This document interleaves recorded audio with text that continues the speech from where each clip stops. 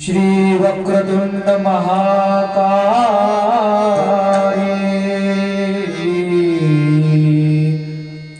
सूर्यकोटि समप्रभं निर्विघ्नं कुरु मे देवं सर्वकार्येषु सर्वदा। महायोगपीठे तटे भीमरथ्यं वरं पुण्डरीकाय दातु मुनीन्द्रे समागत्य तिष्ठन् तमानन्दकन्दम् परब्रह्मलिङ्गं भजे पाण्डुरङ्गम्। ॐ मङ्गलमाङ्गल्ये शिवे सर्वार्थ साधिके शरण्ये त्र्यंबके गौरी नारायणी नमोस्तुते। गुरुर्ब्रह्मा गुरुर्विष्णु गुरुर्देवो महेश्वरा गुरुर्साक्षात् परब्रह्म तस्मै श्री गुरुवे नमः। जयांचे केलिया स्मरण होय सकळ विद्येचे अधिकरण तेची बंधू श्री चरण श्री गुरूंची नमस्कार ज्ञाता। कर्पूर गौरम करुणावतारम संसार सारम भुजगेन्द्रहारम सदा वसंतम हृदयारविंदे भवं भवानी सहितं नमामि भवं भवानी सहितं नमामि। नमामि देवी नर्मदे नमामि देवी नर्मदे त्वदीयपाद पंकजं नमामि देवी नर्मदे।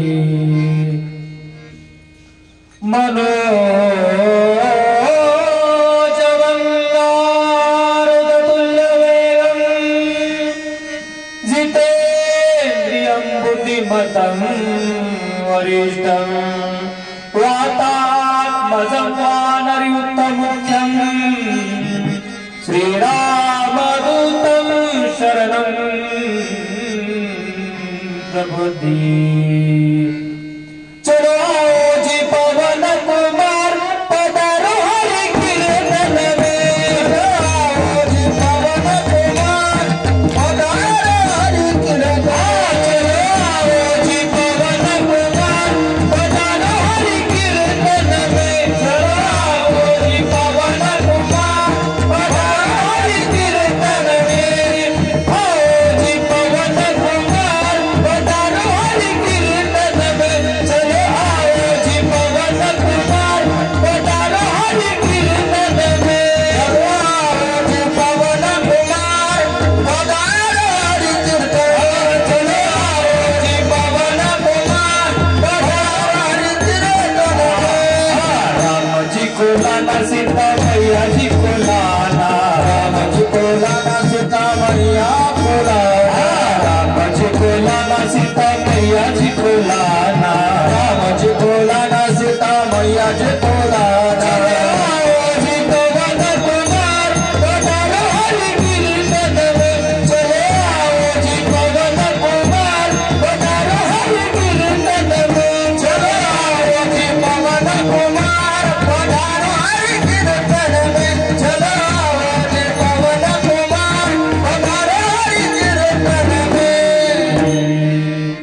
वचन ऐका कमळापती माझी रंकाची विनंती करगडतो कथी काळी आपण असावे जवळी घ्यावी घ्यावी माझी सेवा घ्यावी घ्यावी माझी सेवा घ्यावी घ्यावी माझी सेवा घ्यावी घ्यावी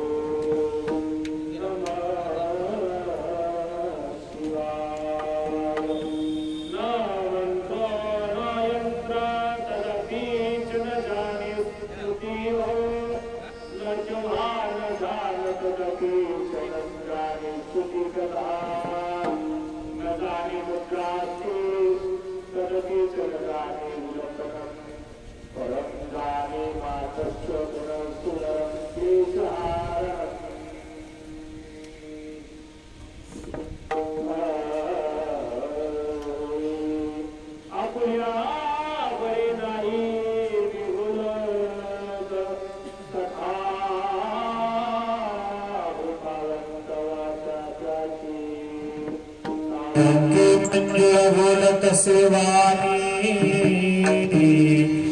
सुकविता धनिवे गळाची काय व्यापारे बोलावी उत्तरे सारंगी मंजुळ बोलत सेवानी कविता धनी वेगळाची कोची हे कुलदेवी केली ठावी संतानी परवे झाली शरण गेलो उगविलो संकटी आले नाही रूपावळे करुणी खरे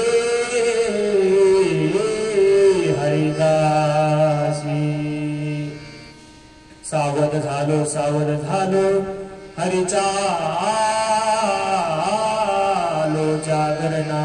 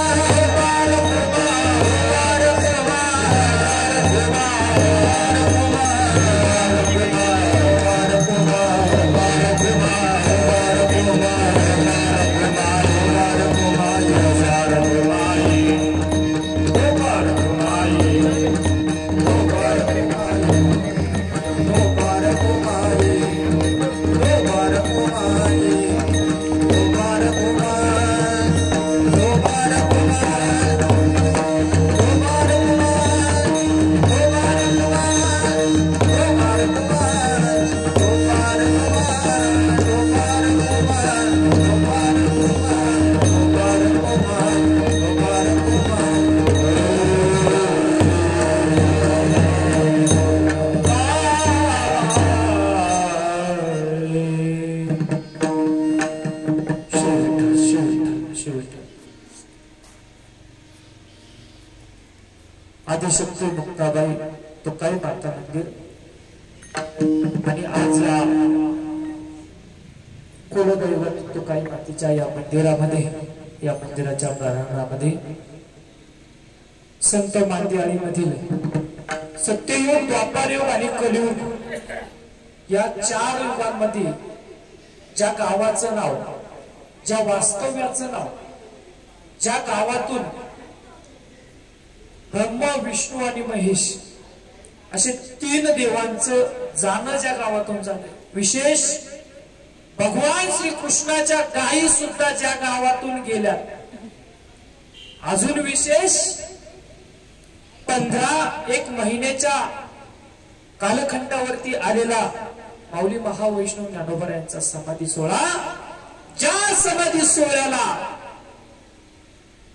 किंदूर निवासी असणारे संत कान्होराज महाराज यांच्या कीर्तनाशिवाय माऊलींना समाधी लागू नये, इतका मोठा प्रचंड अधिकार असलेल्या संत श्रेष्ठ कान्होराज महाराजांची असलेली ही आजची भूमी असलेले या गाव, अनेक देवदेवतांच्या पवित्र स्पर्शाने पावन झालेलं ही भूमी, आणि विशेष म्हणजे 12 वाड्या ज्या गावाला आहेत अशा असणारे अखंड हरिनाम सप्ताह चालवणारे भजनी मंडळ, गायक सर्वजण असणारं हे प्रचंड मोठं गाव आहे.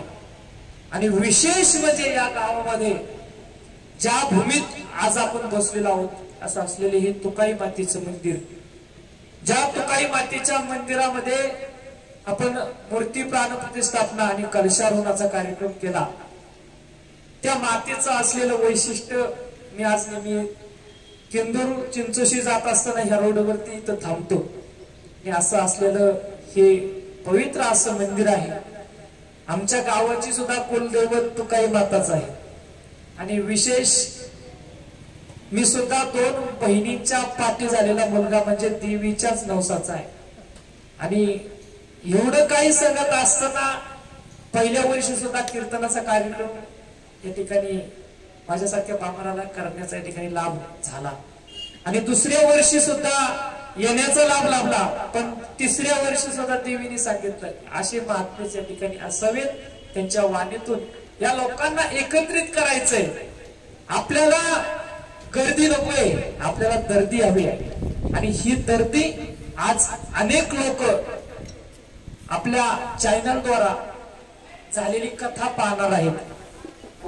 या कथेद्वारे आज आपल्याला त्या भगवती मैयाचं असलेलं स्वरूप, त्या भगवती मैयाचं असलेलं स्वरूप कसं आहे, त्या भगवती मैयाने केलेल्या लीला कशा आहेत, त्या भगवती मैयाचं असलेलं नाव कसं तयार झालं, या अनेक माध्यमातून आपल्याला हे प्रसंग पाहिजे. आणि हे प्रसंग आपण ऐकल्यानंतर, श्रवण केल्यानंतर ते आपल्याला त्या देवीचं महात्म्य आपल्याला पाहायला, ऐकायला मिळणार. ही देवी आली कशी, या देवीची उत्पत्ती झाली कशी, आपुला देव एक करुणी गावा देवी विना देवा सुखोनी. ती भगवती मैया नेमका म्हणजे कोण आहे, तो भगवान परमात्मा नेमका म्हणजे कोण आहे. माझ्या संतांनी कोणत्या देवाला कोणत्या देवीला मानलं. आणि आज ह्या कलियुगामध्ये देवीचे संत, देवाचे संत, या संतांपैकी, भक्तांपैकी चालू असलेली भक्ती, या भक्तीद्वारा आज आपल्याला विस्तृत पाहायचंय की कोणती भक्ती आपण आपल्या जीवनात ठेवावी, कशा प्रकारे आपलं जीवन जगावं, कशा प्रकारे त्या भगवती मैयाला आपण आपलं करून घ्यावं, कशा प्रकारे त्या देवीची कृपा आपणा सर्वांवरती व्हावी. सुखालागी करीची तळमळ तरी तू पंढरीची जाय एक वेळ. एकदा तरी त्या पंढरपूरला मायबाप जावं, आणि का जावं, आणि असे अनेक उत्तर आज आपल्याला या कथेद्वारा पाहिजे आहेत. असो, आपल्या सर्वांना ज्ञात आहे श्री तुकाई माता देवी द्वितीय प्राण प्रतिष्ठापना वर्धापन दिन 2025 आजच्या या कार्यक्रमाची रूपरेषा आहे. म्हणून या देवीचं असलेलं 2य वर्ष आज वर्धापन दिनाचं आहे. आणि म्हणून या वर्धापन दिनाच्या निमित्ताने या भगवती मैयाचं असलेलं आज मंदिराचा वाढदिवस म्हणजे 2 वर्ष पूर्ण आपल्याला त्या ठिकाणी झालेली आहे. म्हणून हा कार्यक्रम व्हावा याकरिता आपण सर्वजण मायबाप उपस्थित आहात. आयोजकांनी या ठिकाणी या सेवेचा लाभ मला दिला. मी सततशा त्यांच्यात ऋणी राहील, आभार मानणार नाही, कारण मी तुमचाच आहे, मी का लोकांचा नाही. मी तर कायम आलं का इथं 1 तास 2 तास असतो. दादांशी माझी चर्चा टायमाला असते. आम्ही मंदिराचा विकास आराखडा कसा असावा, या मंदिरामध्ये आपण हा परिसर कसा करावा, ह्या मंदिराच्या बॅक साईडला आपण त्या ठिकाणी भक्त निवास बांधणार आहोत, ते कशा स्वरूपाचं असावं, त्याला आपल्याला निधी हवा असेल तर तो कशा प्रकारे आपण त्या ठिकाणी निधी आपल्याला जमा करता येईल. आपण ट्रस्टी बनवल्यानंतर आपल्याला काही कंपन्या मदत करत असतात की सामाजिक दृष्ट्या कंपनीने आपला काही नफ्याचा जो भाग आहे तो आपण अशा ठिकाणी वापरावा, किंवा ट्रस्टी बनवल्यानंतर धर्मदायक केल्यातून आपल्याला त्या ठिकाणी काही पैसे आपल्या मंदिरासाठी आपल्याला कामासाठी येत असतात. आणि सगळ्यात महत्वाचं दादांना मी अजून एक गोष्ट नमूद केली की मंदिरामध्ये आपल्याला जर विकास करायचा असेल तर भाविक भक्त आपल्याकडे त्या ठिकाणी देवीकडे येत असतात. आणि देवीचं वैशिष्ट्य असे, देवाचं वैशिष्ट्य असे, मला हे खोल तुम्हाला समजून सांगायची गोष्ट, मी काही एका मिनिटात सांगणारी गोष्ट नाहीये, पण देवीचं वैशिष्ट्य असे, तुम्ही लक्षात घ्या. भक्तांचे तुम्ही काही प्रकार आहेत, थोडं स्वर करा, काही भक्तांचे प्रकार आहेत. प्रत्येक देवाचे संत आहेत, प्रत्येक देवाचे भक्त आहेत. मग भगवान परमात्म्याचे असलेले ते संत कोणते? मग जगद्गुरु तुकोबार आहे, माऊली महावैष्णव ज्ञानोबार आहे, संत श्रेष्ठ कान्होराज महाराज, या संतांची असलेली भक्ती ही त्या पांडुरंग परमात्म्याकडे समर्पित होती. अनेक संतांनी भक्ती केली आणि त्या भगवान परमात्म्याला आपलंस करून घेतलं. मग देवीचे भक्त कोणते, देवाचे भक्त कोणते, ते स्वरूप कसं, ते वेगळं आहे का एकच आहे, हा सगळ्यांच्या मनामध्ये पडलेला प्रश्न आहे. मग आपल्याला या कथेद्वारा हे आज अशा प्रकारचे प्रश्न त्या ठिकाणी ऐकायचे आणि त्या देवीचं नामस्मरण करायचे. आपण सर्वांनी, आता वाजले जवळजवळ 11, तुम्ही म्हणसान त्या वेळेत आपण कथा या ठिकाणी समाप्त करू. कथा किती दिवस चालली त्याला महत्व नाही, कथा किती कळली याला फार महत्व आहे. मग थोडक्यात गंमत कशी काय झाली, आता लोकांना लागले रील्स पाहायची सवय, तुम्हालाही माहिती असेल. काय थोडक्यात 15 सेकंदात काय असायचे सांगा, आम्हाला 2 तास बसायला आमच्या पायाला मुंग्या येतात, आम्ही बसू शकत नाही. मग आम्हाला थोडक्यात तुम्हाला किती सांगता येईल तेवढं सांगण्याचा प्रयत्न मी या ठिकाणी करणार आहे. म्हणून आपण सर्वांनी कान देऊन ऐका. मायबाप, या जीवनामध्ये जगत असताना सगळ्यांना माहितीये, तिकडे पाहू, सगळ्यांना माहितीये एकाच गोष्टीसाठी सर्वांची तळमळ चाललेली. ती गोष्ट म्हणजे नेमकी कोणती, तर ती गोष्ट म्हणजे मायबाप सुख सुख सुख आहे. आणि याच सुखाकरता आपण सर्वजण तळमळ करत आहोत. सुख. मी काल सहज एक महाराज विधान केलं, मी एखाद्या व्यक्तीला दत्तक घेतलं आणि त्या व्यक्तीला म्हटलं की तू महिन्याला 15,000 कमवतोस, फक्त तू 15,000साठी महिनाभर काम करतोस ना, तुला ते मी 15,000 रुपये देऊन टाकले, एकाच दिवसात देऊन टाकले, उरलेला तू वेळ भक्ती करशील का, अध्यात्मात देशील का? तुम्हाला काय वाटतं, तो माणूस येईल का तेवढं सगळं सोडून?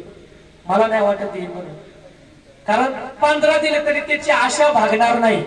हे लक्षात घ्या. माझा आजपर्यंतचा अभ्यास सांगतो, माझी केस काळी पांढरी नाही, फक्त अनुभव चांगला आहे. अनुभव घेतला की त्याला म्हणलं तुला 15,000 एका दिवसात देईन, एकाच दिवसात देईन, असं काही मागणार नाही, काय नाही, काय नाही, तुझ्याकडून अपेक्षा नाही पाहिजे, पण तुझा राहिलेला वेळ तू अध्यात्मात घालवशील का? ह्याच्यासाठी माझ्या भक्तीचं स्वरूप सगळ्यांना माहिती असेल. आमचे बापू महाराज आहेत, बाळासाहेब महाराज, सगळ्यांना माहिती, माझी स्टेटस पद आमचे बापू महाराज माहिती.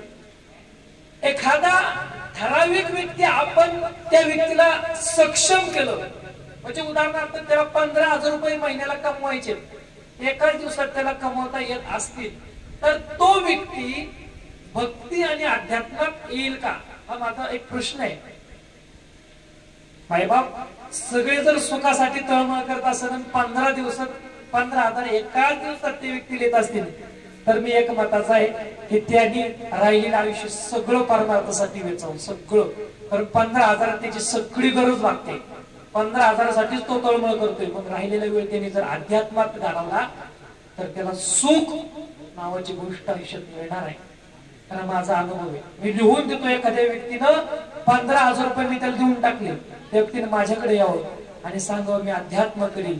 15,000पेक्षा त्याला दुप्पट पैसे मिळतील, पण त्यांनी अध्यात्म केलं पाहिजे. आणि अध्यात्म आपल्या जीवनात जर असेल तर आपल्याला सुख नावाची गोष्ट मिळणार आहे. नाहीतर 15,000साठी 12 तास आपण कंपनीत झटलो तरी आपल्याला सुख मिळणार नाही. कारण 15,000 म्हटलं तर आपल्याला 25ची अपेक्षा राहते पुढं. आणि अपेक्षा आशावादी माणूस जर राहिला आयुष्यात तर त्याला मात्र दुःख हे नक्कीच भोगावं लागेल. अशी असो मी सुखापासून लांब गेलो, कारण सुखासाठी सर्वांच्या गोष्टी चालल्यात. मी हळूहळू तुम्हाला देवीकडे येणार आहे, देवाकडे येणार आहे. सगळ्या गोष्टी तुम्हाला सांगणार. तुम्ही इकडे इकडे बघूच नका. तुम्ही इकडे बघितलं की मी समजून माझं कथा मला माझी वेगळ्या पद्धतीने चालली का असं काही. म्हणून सांगतो, काही शक्तिपीठ मानली जातात. त्या शक्तिपीठापैकी एक कोल्हापूरची अंबा माता आहे, तुळजापूरची अंबिका माता आहे, रेणुका माता आहे आणि सप्तशृंगीची वणी माता आहे. अशा प्रकारची असलेली 3.5 शक्तिपीठ आपण या शक्तिपीठांना मान्यता दिलेली आहे. आता गावात देवीचं मंदिर आहे, ही देवी नेमकी कोण मला इथपर्यंत तुम्हाला सांगावं लागेल. आणि नंतर तुम्हाला जरी माहिती असलं तरी कथा सांगणाऱ्याचं कर्तव्य आहे की त्या पद्धतीने त्या देवीचं महात्म्य सांगावं. ती भगवती माता नेमकी म्हणजे कोण, तुम्हाला सर्वात महत्वाचं ही उत्पत्ती कशी झाली तिथून तुम्हाला पुढे आणतो. म्हणजे अंगणवाडीतून आपण 10वी पुढे ग्रॅज्युएशन पुढे आपण शिक्षण घेणार आहोत, त्या पद्धतीचं मी तुम्हाला बेसिकली सगळं सांगतो. लक्षात घ्या, ह्या सृष्टीला, लक्षात घ्या, एक शब्द ऐका, ह्या सृष्टीला एक वासना स्वरूपाची निर्मिती झाली की तिला वाटलं की आता कुठेतरी आपण उत्पत्ती तयार करावी. त्या मायेला वाटलं आता उत्पत्ती तयार करावी. एक त्या मायेपासून एक बिंदू स्वरूपाचं एक स्वरूप निर्माण होत होत गेलं आणि तिथून त्या भगवान परमात्म्याची निर्मिती झाली. आपुला तो देव एकच करून घ्यायचा आहे, एकच देव आहे. अनंत रूपे अनंत विषय देखले में त्याशी बाप रखुमा देव रखून बानली कैसी. त्या भगवान परमात्म्याची अनंत रूप आहे, पण ती नटलेली आहे. आणि याच अनंत रूपांची असलेली रूप आज या जगामध्ये प्रत्येक जण वेगवेगळ्या देवाची भक्ती करतो. यामध्ये काही लोक गुरुवारची दत्त प्रभूंची भक्ती करतात, काही लोक आज शनिवार आहे. आणि विशेष दादा एक सांगू गोष्ट आज महत्वाची, माझा शनिवार कथा कीर्तन महोत्सव असा एक उत्सव संघटना आहे की त्यामध्ये मला शनिवारी कथा करायला मिळते. माझं लय मोठं भाग्य आज, आणि हे स्टेज माझ्यासाठी प्रथम आहे. लय भाग्य माझं मोठं आज शनिवार कथा कीर्तन महोत्सवातून आज मला कथा करायला मिळते. आमच्या हनुमंतरायांच्या मंदिरात पहिलं माझं कीर्तन झालं होतं, शरण शरण जी हनुमंता तुम्हा आलो रामदूता. काय भक्तीच्या त्या वाटा मज दावा व्यासुवटा. शूरादी धीर स्वामी काजी तू सादर. काय भक्तीच्या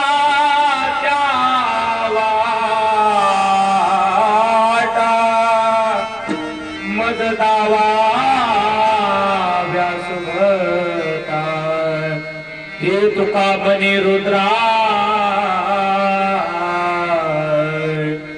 अंजनीची या कुमरा.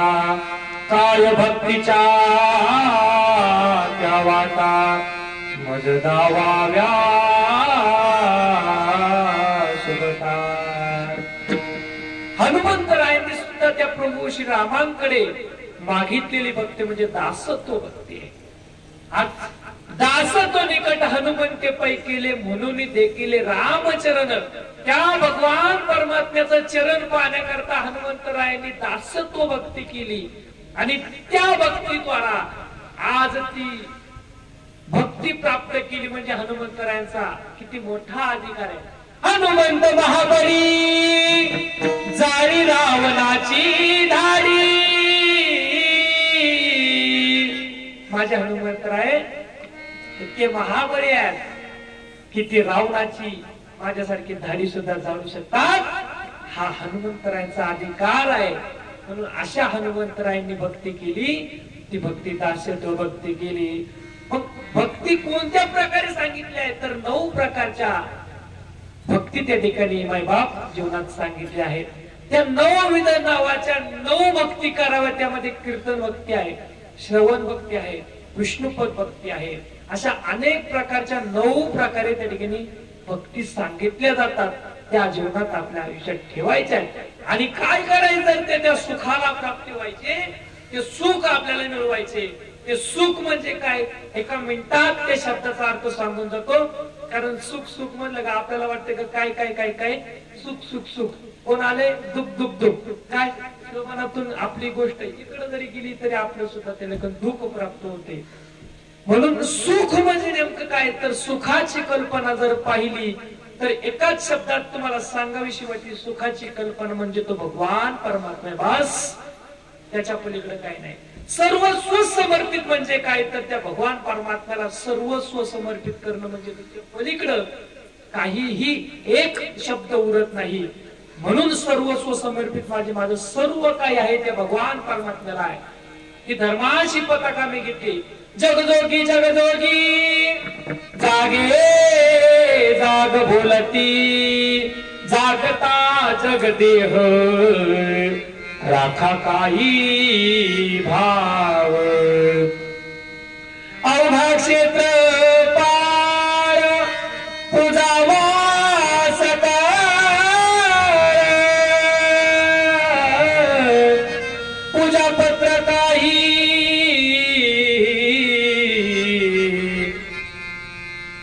फल पुष्प तो नका देव भार धर्म तोची सार बहुता दिवसा फिरा आला या नगरा ए तुका मागे द्यावेची आनंद जगजोगी जगजोगी जागे जाग बोलती जगजोगी जगजोगी जगजोगी जगजोगी जगजोगी जगजोगी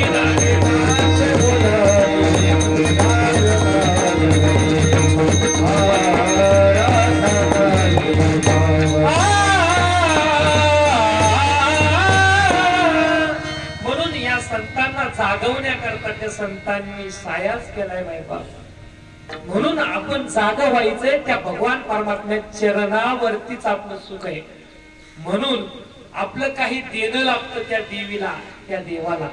काय देणं लागतं तर त्या सुख आपल्याला ते मिळणार आहे. पण भक्ती करावी लागेल. भक्ती केली तर ते सुख आपल्याला प्रदान मिळणार आहे.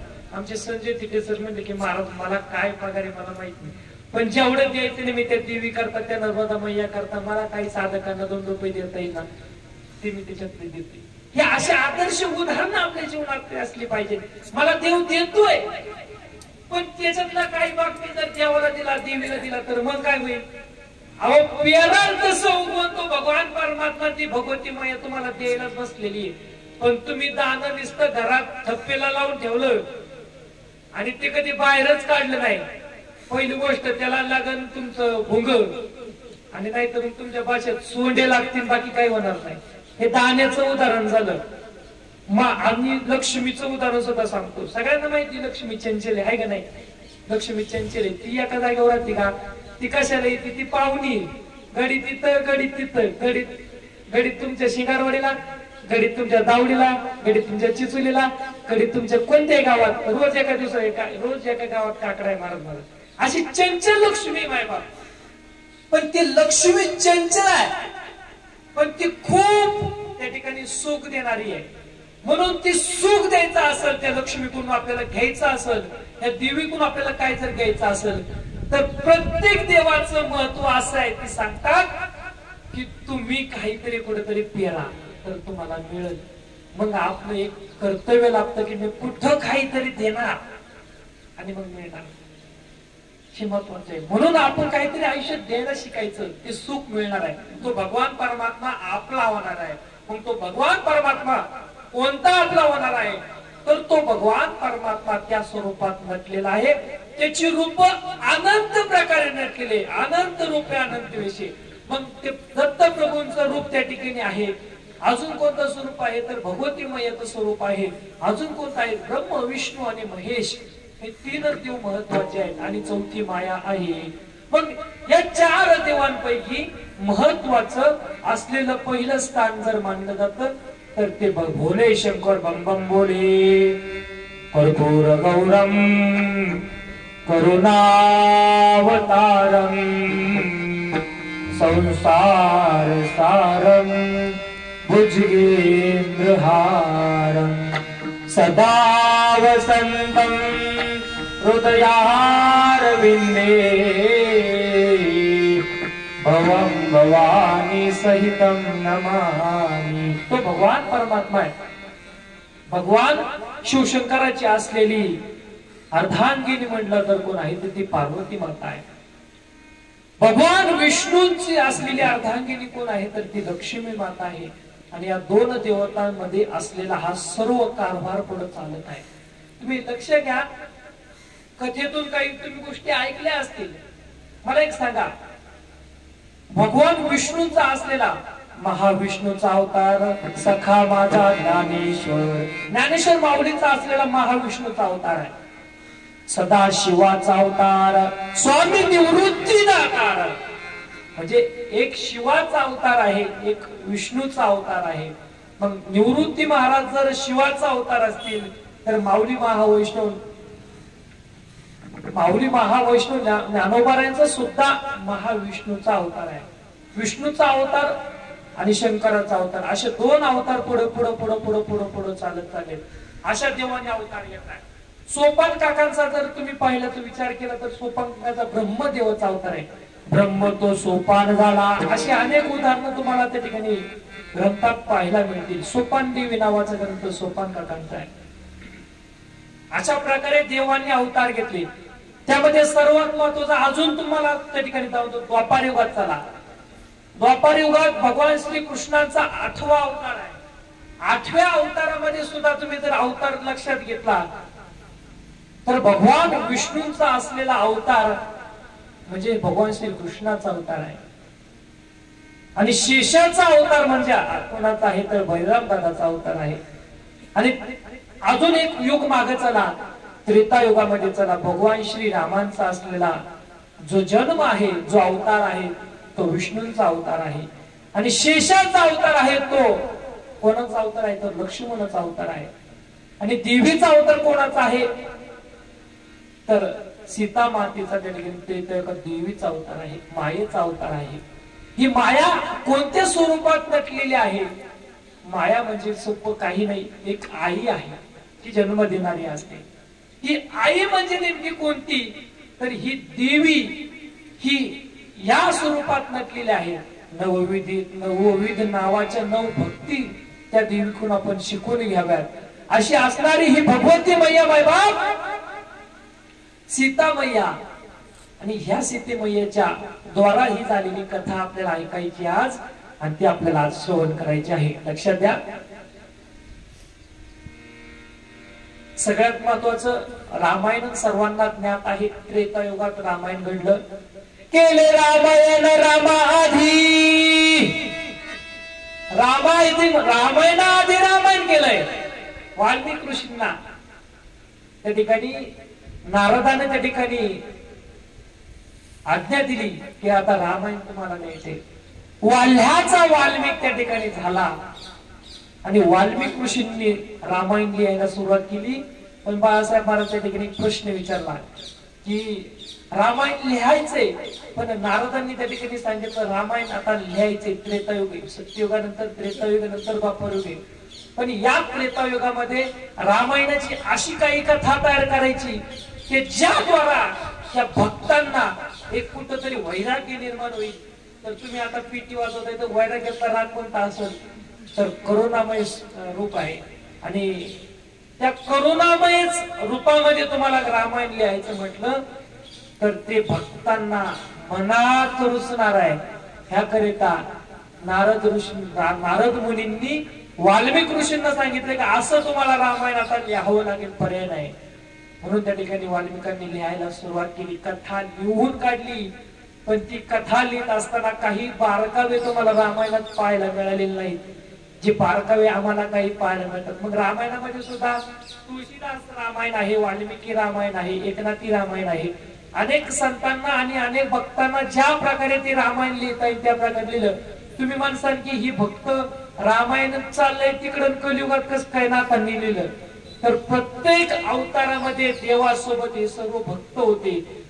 म्हणून मागील जन्माचं जे पुण्य होतं ते पुण्य आज त्या ठिकाणी फळाला आलं.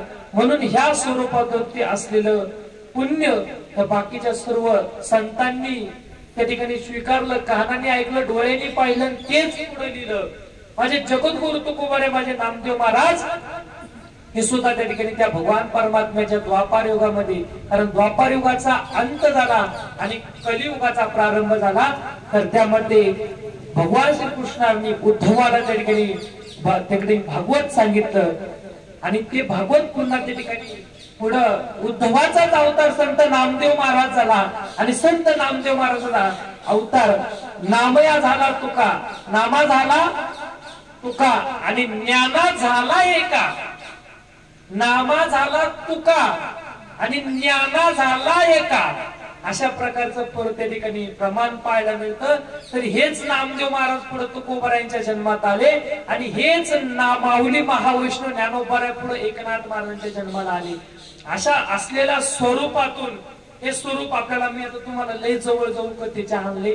आता आपल्याला देवी महात्म्यात प्रवेश केलाच होता, इथून पुढे करतोय, कारण तुम्हाला थोडेसे काही संकल्पना मनात रुजून द्याव्या लागतात. परत मला प्रश्न पडायला नको की ही देवी कोणती, आणि मग आता मी तुकायला गेलो तर मग फिरकायला जाऊ का. मग तुम्हाला तिथे एक प्रश्न पडला पाहिजे बाळासाहेब महाराज, अंकुश महाराज, की देवी म्हणजे ही काय आणि ती काय. फक्त स्वरूप वेगळे, काम वेगळे. काम वेगळं म्हणजे कधी कीर्तन करायचं, कधी कथा करायच्या, पण कथा करता करता दहावीची प्रवचन पण करायची. म्हणजे हे स्वरूप आहे एकच आहे. मग जशा स्वरूपाची लोक असतील तशा स्वरूपात आपल्याला त्या ठिकाणी राहावं लागेल. अशा पद्धतीचं स्वरूप असताना ती देवी देवता एकच आहे, फक्त यांचं रूप वेगळे वेगळे. मग तुम्हाला असं कसं, मग सगळे एका देवाला रांग लावल्यावरती तुम्ही, पण आमच्यासारखी व्हीआयपी महाराज म्हणतात आम्हाला पटकन रांगेतून दर्शन पाहिजे. मग ह्या स्वरूपातून ह्या देवी देवतांनी ह्या जगाला सर्वांना व्यापायचे याकरिता अनंत रूप घेतलेले आहेत. प्रत्येकाला वेगळ्या भक्तीचा आनंद मिळावा.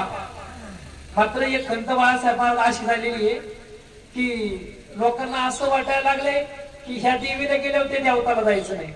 आता अनेक लोक असंच म्हणतात की पांडुरंगाला गेल्यावरती मग तुळजापूरला कशाला जायचं, आणि संतांची भक्ती केली तर मग देवीचे कवड्या घालायचे का, तुळशीची माळ घातली तर रुद्राक्ष घालायचं का. असे अनेक प्रश्न पडतात. पण ते सांगितले त्यांनी की सगळं एकच आहे. मग हे एकच जर असेल तर मग त्याच्या स्वरूपामध्ये आपण त्या प्रकारे राहिलं पाहिजे. प्रत्येक भक्ताला मानलं पाहिजे. ते इस्कॉनवाले, ते स्वाध्यायवाले, हे वारकरी संप्रदाय, हे आनंद संप्रदाय, हे अनेक अनेक स्वरूपाचे, हे देवीचे भक्त आहेत, हे नाथांचे भक्त आहेत, हे वेगवेगळे, हे मानव पंथ आहेत. अहो हे सगळं काही ह्या सर्वांनी एकत्रित यावं आणि त्या धर्मासाठी आपण उच्च प्रकारचं काम करावं. धर्माचे पालन, धर्माचे पालन, धर्माचे पालन, धर्माचे पालन, खंडन,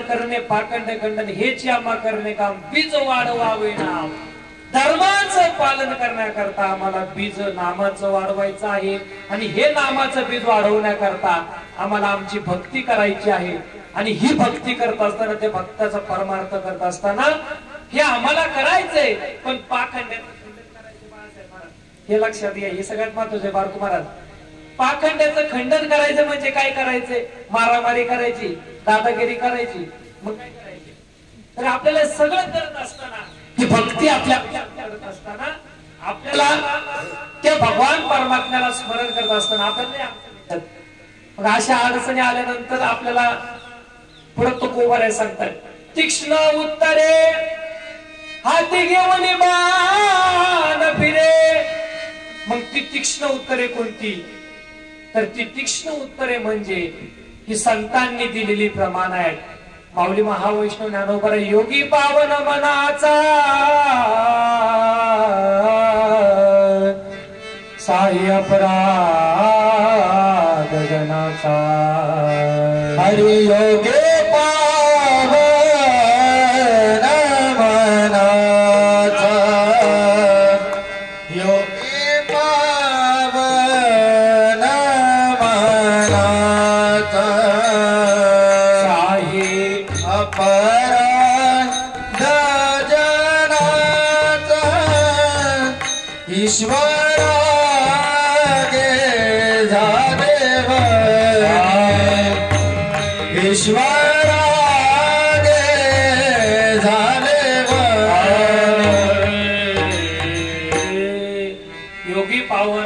साहे अपराध जनाचं विश्व रागे झाले होती संती सुखी व्हावी पाणी तर माय बाप या विश्वामध्ये एखाद्याला जर राग आला किंतूर गावातल्या एखाद्या टोपीवाल्या बाबाला उपरनं गळ्यात टाकून मखमण टाकून गाड्याला एखाद्याला राग आला तर त्यांनी काय करायचे विश्व रागे झाले वनी संती सुखे व्हावे पाणी काय करायचे तर या विश्वामध्ये आग जळण्याकरता पाण्याचा उपयोग केला जातो त्याप्रमाणे राग जर घालवायचा असेल तर संतांच्या वचनाचा त्या ठिकाणी आपण ध्यान करायचं की संतांनी आपल्याला काय सांगितले कशी शिकवून दिली संती सुखे व्हावे पाणी संतांच्या विचारांचं पाणी त्या आगीवरती टाकायचं म्हणजे त्या रागाला कोण आवरायचं आहे ह्या पद्धतीचं जीवन जगायचंय आणि ह्या संतांची ह्या देवीची भक्ती करायची तर ती भगवती मैया कशा स्वरूपात आली तर ही कथा सांगत असताना आपल्याला रामायणात त्रेतायुगात जायचंय ह्या त्रेतायुगामध्ये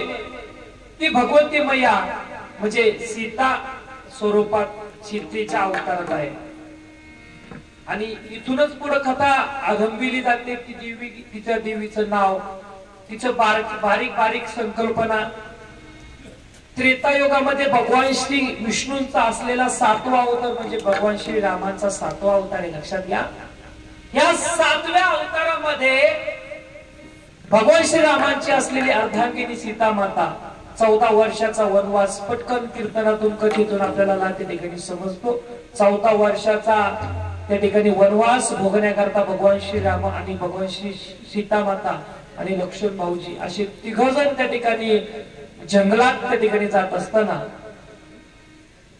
सर्वांना प्रसंग माहित आहे थोडस जलद सांगेल की त्या स्वरूपामधून वनवास भोगत असताना वनवास करत असताना जंगल जंगल गावगाव त्या ठिकाणी जात होते आणि अशा स्वरूपात त्या ठिकाणी हे सर्व देव देवता त्यांच्या सोबत असताना त्यांनी सर्वांनी ही लीला करावी लागली कारण देवाला सुद्धा ती शिक्षा देवाला सुद्धा भोगावं लागले आपण तर कोणत्या माळाचा म्हणे कोणत्या झाडाचा पाला आहे म्हणून 14 वर्षाचा वनवास भगवान श्रीरामांनी त्या ठिकाणी भोगला सीता मातेला सांगितलं होतं की तू आई वडिलांची सेवा कर पण तू माझ्यासोबत येऊ नको मात्र श्री हट्टयोग आणि बाल हट्टयोग याच्या माध्यमातून कोणी चुकला नाही आणि चुकायचं नाही एकुलता एक असलं का ते आपलं बाबू आहे आणि ते कार्ट असलं तरी त्याला सांभाळणं फायद्याचं आहे आणि बायकोला तुम्हाला सांगायचं नको मला अनुभव नाही अजून पण तिचा हट्ट पुरवणं दिवाळीला साडी घेणं आणि बहिणीला त्या ठिकाणी काय तुम्ही हक्कानं हिश्याने काय देणार आहे ते देणं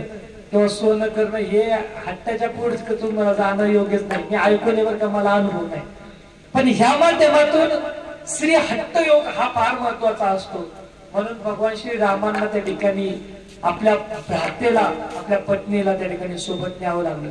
आता 2 जण आली होती, मग तिसऱ्याचं काही काम होतं का? मग लक्ष्मण भैया सुद्धा मला ठिकाणी द्या भैया मैं आपके साथ आऊंगा, मी तुमच्या सोबत येणार, मी एकटा पडणार नाही, मी एकटा जाणार नाही, मी कुठं राहणार पण नाही. हे त्रेता युगातून आपल्याला भावाभावांचं लक्षात घ्यायला लागतं. म्हणून त्या ठिकाणी लक्ष्मण भैया सुद्धा आपल्या भावाची सेवा करण्याकरता त्या ठिकाणी वनवासात तिथे चालू लागले. आणि अशा प्रसंगात आलो असताना आपल्या पंचवटी नाशिक या ठिकाणी आले. कुठून आले? उत्तरेकडून दक्षिणेकडे चालले होते, वनवास असा सांगितला होता. म्हणून पंचवटी या ठिकाणी आपल्या कुटीमध्ये त्या ठिकाणी भगवान श्रीराम त्या ठिकाणी कंदमुळ गोळा करण्याकरता किंवा शिकार करण्याकरता, कारण खाण्याचा जो पर्याय होता त्यावेळेस एकतर झाडाची फळं कंदमूळ अशा स्वरूपाचं त्या ठिकाणी ते घेण्यासाठी गेले. आणि लक्ष्मण भैया त्या कुटीत सीतामाईला सांगितलं की आम्ही दोघं जाऊन देतो, तुम्ही या कुटीच्या बाहेर जाऊ नका, जंगल आहे, जंगलात लय वाघ आहेत, मोठाले बिबट्या आहे, तुमच्या इकडे माहित नाही मला, पण बिबट्याला आता माणसं घाबरायला लागले. माणसं घाबरत होती, माणसं गेल्यात रानात राहिला. बाळासाहेब महाराज काय माणसं गेल्यात रानात राहिला आणि रानात बांधल्यात ऊस. लोक शेतीला काटाळले का लोक लावतात ऊसांनी बाबा बसला. बरं ती पकडणारी अशी किंतूर मधून पकडला का चिंचुशीत सोडून द्यायचं का आला डोंगरा वरती. ते असं झाले. त्याच्यामुळे अवघड गोष्ट आहे समाजाची. हे कलियुग अंत आहे माणसाचा. पण या कलियुगामध्ये मी सांगून जाईल की कलियुगात जर द्वापार युग जगलं, त्रेतायुग जगलं, सत्ययुग कृतयुग जर जगलं तर तुमचं भलं आहे, नाहीतर प्रत्येकाला या ठिकाणी नाश आपला होणार आहे. पृथ्वी कधीच बुडणार नाही. कलियुगाचा अंत खूप वर्ष सांगितलाय, पण या युगामध्ये माझं बोलणं लक्षात घ्या. तुम्हाला जर चांगलं आयुष्य जगायचं असेल, चांगलं सुख पाहिजे असेल तर या कलियुगामध्ये तुम्हाला